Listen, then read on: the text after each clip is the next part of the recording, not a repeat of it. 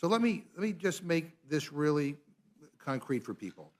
I have a pile of books on my desk in my office that I get from the Library of Congress, books that have been banned.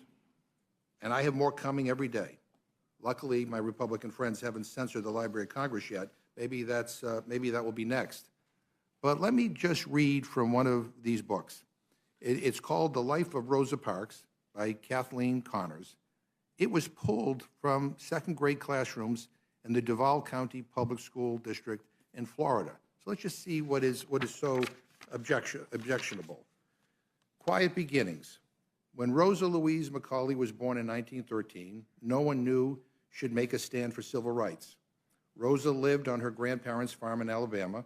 She went to a segregated school where her mother taught. Rosa had to leave school to care for her grandmother and mother when they became ill. But after she married Raymond Parks in 1932, she was able to go back, and Rosa was proud of her high school diploma. Rosa and Raymond believed everyone should be equal. They joined the NAACP in Montgomery, Alabama, hoping to help blacks gain their civil rights. Rosa worked as a secretary for the group. In 1955, Rosa boarded a bus after work in Montgomery. At the time, there was a law that said a black person had to give up their seat if a white person needed it. Rosa refused, and she was arrested. On the day of Rosa's trial, black leaders planned a boycott of all the city buses in Montgomery, Alabama. It was a big statement because many blacks use buses to get around. Rosa was fined, but she wouldn't pay. By 1956, her case had reached the U.S. Supreme Court. It declared Alabama's segregation laws illegal. This decision ended the bus boycott after 381 days. Rosa's troubles weren't over. She lost her job. Some people said they wanted to hurt her. She and her family then moved to Detroit, Michigan in 1957. None of this stopped Rosa from believing in equality. Rosa's continued support of the civil rights movement earned her great praise. In 1996, she was given the Presidential Medal of Freedom. Then Rosa received the Congressional Gold Medal in 1999. Rosa died in 2005. Today, she's often called the mother of the civil rights movement. Rosa's story teaches a very important lesson. Even small actions can have a big impact. So my question for Chairwoman FOXX, it's very simple. It's a yes or no question. You know, Rosa Parks has a statue in National Statuary Hall. She laid an honor here in the rotunda of the United States Capitol building when she died. And so this is a simple, non-controversial children's book about her life. Do you think that this book should be banned? Yes or no? I have no idea why the book was of controversy in the second grade. It sounds like a perfectly wonderful story to me. I love the story of Rosa Parks, always have loved the story of Rosa Parks because she was a really brave woman, but I have no idea. You're asking me to give you an answer out of context, Mr. McGovern. I have no idea why that book was taken out of the second grade. I don't know reading levels. Well, it sounded a little high. I read the whole level for second grade to me. As you read it, that was. Yeah. I thought second graders might not understand every word in there, so I have no idea. Well, I read the whole book. I know. So there was, you know, and I think the concern that many of us have, given what is happening in this country, you know, led by Republican governors and Republican legislatures all over the country, is that somebody just merely raising a question about a book like this. I mean, by the way, books about Martin Luther King, books about Nelson Mandela, they've also been banned. I have a long list that I'd like unanimous consent to insert in the record, Mr. Chairman. Without objection. And, you know, and some of the commentary is that some people who object to this don't like the fact that she is referred to as a black woman, that it would be better to simply say she was asked to move to the back of the bus. And so there's all these kind of like ridiculous excuses for books like this to be banned. And the concern is that if this bill passes, and God forbid it ever became law, that it would have a chilling impact on schools and on libraries, where they would be afraid that if they didn't comply with all the onerous requirements of your bill, if somehow they, were accused of not following everything perfectly, that they would lose all federal funding for their schools. Mr. McGovern, there is not a single requirement in this bill dealing with banning of books. So I don't know what you're talking about in terms of the list of onerous requirements on banning books.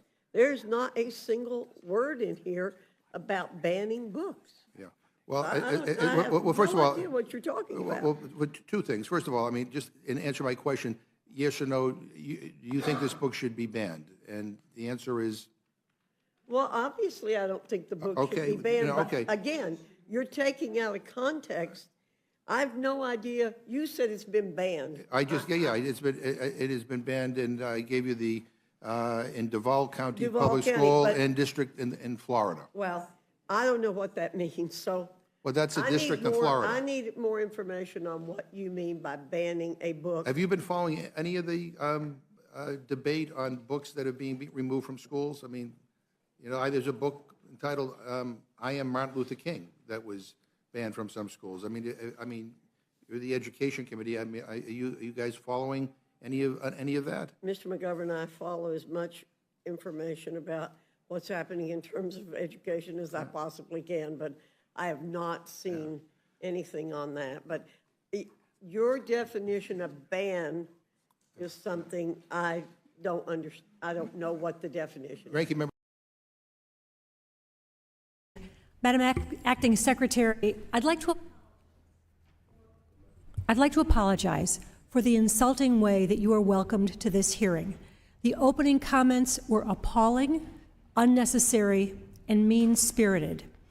And they were an attempt to cover up the extraordinarily great work the 117th Congress and the Biden administration did to bring our country through the worst global pandemic in a century. Thanks to the American Rescue Plan, the Infrastructure Law, the CHIPS and Science Act, and the Inflation Reduction Act, we have the most robust economic recovery of any country in the world. We have the lowest unemployment rate in decades, and we have seen wage increases for workers who have not participated in the economic growth that benefited large corporations and the wealthy during the prior administration. So I want to thank you for your service to our country and the American people you work to help every day. And as you and I have discussed previously, I represent North Carolina's 6th Congressional District, where we are enjoying the growth of advanced manufacturing, particularly in the clean energy, automotive, and aerospace industries. We welcome this growth, but I hear from employers in my district that they are struggling to find skilled workers to fill these good-paying jobs. So can you tell us more about the Department of Labor's work to expand training opportunities to help workers gain the skills they need, and also how Congress can help with these efforts? Thank you so much for that question, Congresswoman. We are really laser focused on this exact issue of meeting the need for skilled workers in specific jobs and industries that are growing as a result of the important work of this body in partnership with the President to make historic investments. What we're also seeing, and this is a tribute to good policy and how important it is when the federal government engages in policy that helps to expand the economy and build jobs, the private sector also contributes. And so we're seeing hundreds of billions of dollars now being invested in these exact same industries, especially in advanced manufacturing, in ways that I think are going to have a historic impact on the economy going forward, building a strong, resilient, and equitable economy.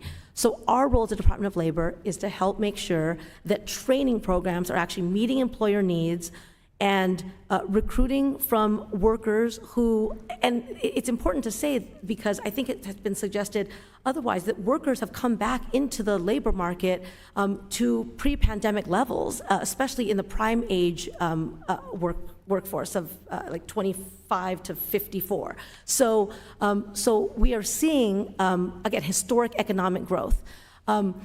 But what we need to do is finish that job. We need to make sure that those impacts are felt in every single community, that every worker who wants a good job can find the educational and training opportunities to get them, and that employers, who I've also talked to many who say they need skilled workers, it is our job to help support them, not to do it for them, right? The whole idea is that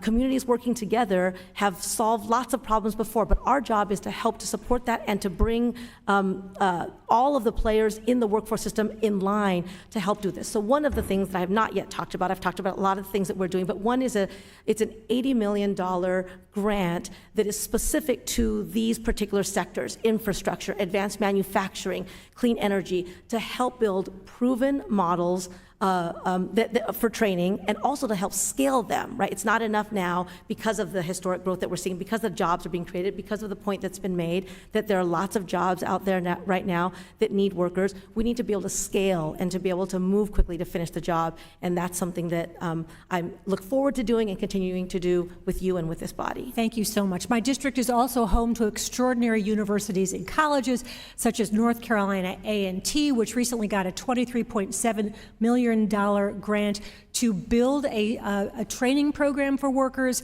and Guilford Technical Community College, which just received a $1.7 million federal grant to expand its truck driver training programs. Should we be working more with our colleges and community colleges to help create workforce development programs? I see that my time is about to expire. 100% yes. Thank you so much for your testimony today, and thanks for all your hard work.